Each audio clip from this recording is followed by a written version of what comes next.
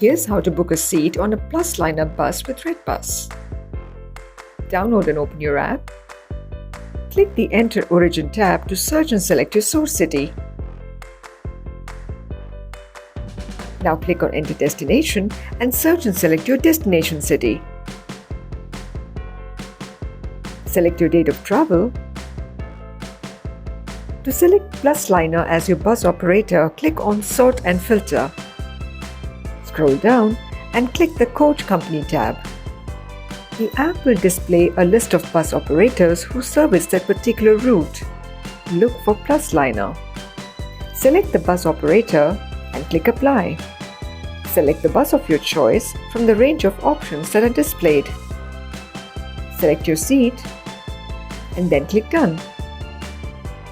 Select your boarding and your dropping points and then click Proceed. Enter your passenger and contact information and click Continue Booking.